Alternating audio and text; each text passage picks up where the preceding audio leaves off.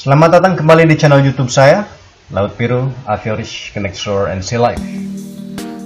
Stabilitas merupakan suatu tema yang sangat penting untuk dimengerti oleh pelaut, terutama mu'alim yang bekerja di atas kapal, karena stabilitas berkaitan langsung dengan keselamatan kapal itu sendiri dan otomatis dengan jiwa pelaut itu sendiri yang bekerja di atas kapal.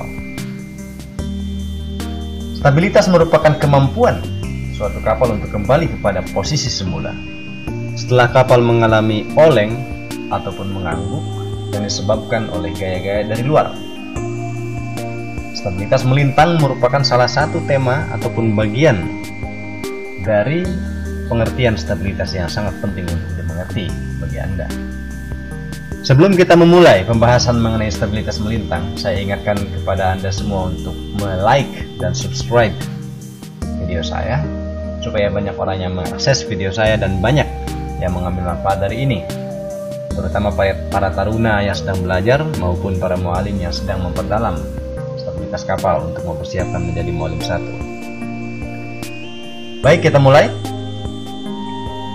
Ketika sebuah kapal mengapung di atas air dalam keadaan tegak lurus seperti ini, ada dua gaya yang utama yang bekerja pada kapal itu sendiri. Yang pertama adalah gaya yang disebabkan oleh bobot kapal yang bekerja ke arah vertikal, ke arah bawah. Gaya berat kapal dianggap bekerja pada suatu titik G ataupun titik center of gravity yang kita gambarkan seperti ini. Dia bekerja ke arah bawah. Gaya yang kedua adalah gaya buoyancy ataupun gaya apung yang disebabkan oleh berat kapal yang disebabkan oleh berat air yang diusir oleh volume kapal yang berada di bawah permukaan air. Gaya apung ini ataupun buoyancy ini dianggap bekerja pada suatu titik B ataupun titik buoyancy ke arah atas, sehingga gaya berat yang ke arah bawah yang warna merah dan gaya apung yang ke arah atas yang berwarna biru bekerja secara berlawanan pada satu garis yang disebut dengan garis center line ataupun garis CL. Karena bekerja pada suatu garis dan pada besaran yang sama, maka tidak ada gaya miring ataupun gaya apung ataupun gaya tenggelam, sehingga kapal stabil mengapung di atas air. Ketika dipengaruhi oleh gaya dari luar dan kapal tersebut miring pada suatu kemiringan tertentu, oleng pada suatu derajat kemiringan tertentu, maka miringnya kapal itu dia berpusat pada suatu titik maya yang dianggap ada pada lokasi seperti ini yang disebut dengan titik M ataupun titik metacenter. Titik metacenter ini merupakan perpotongan antara center line kapal ini dengan garis normal. Garis normal, perpotongannya di sini ini disebut dengan metacenter. Dan garis normal ini berada pada jarak sejauh kn. Nah, nanti pada video-video berikutnya saya akan menjelaskan apa itu kn, apa itu titik k, apa itu n, apa itu b, apa itu titik G, dan apa itu metacenter height dan karakternya.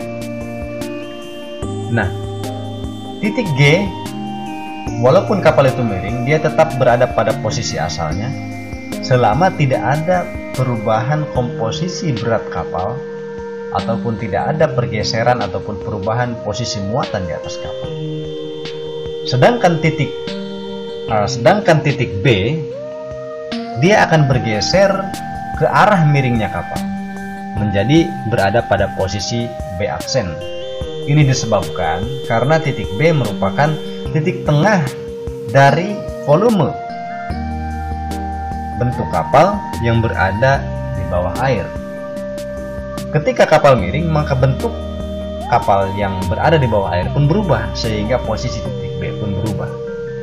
Nah, titik B aksen dia selalu berada di bawah titik M pada sudut kemiringan kecil. Untuk sudut kemiringan besar nanti akan saya jelaskan di video-video berikutnya. Jangan lupa like dan subscribe makanya.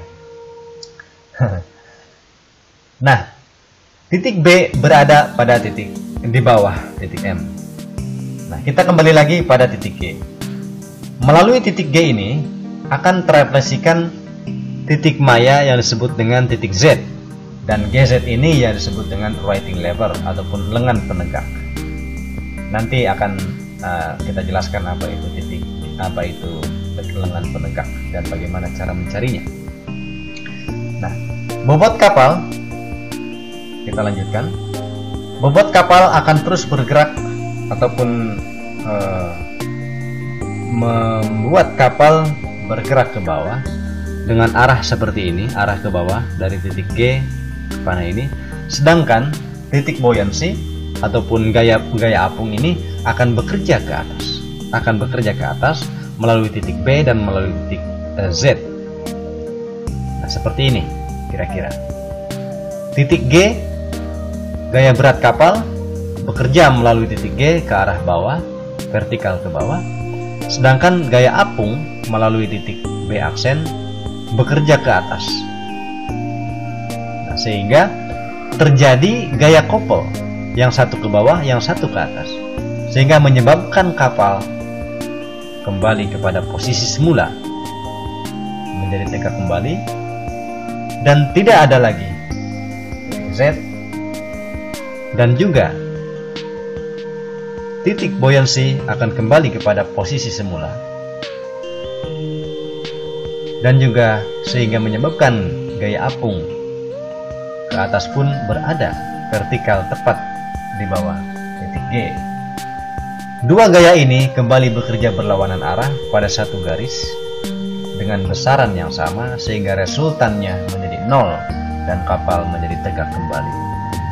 Demikian penjelasan singkat dari saya, semoga bermanfaat bagi Anda. Jangan lupa like dan subscribe untuk penjelasan-penjelasan berikutnya.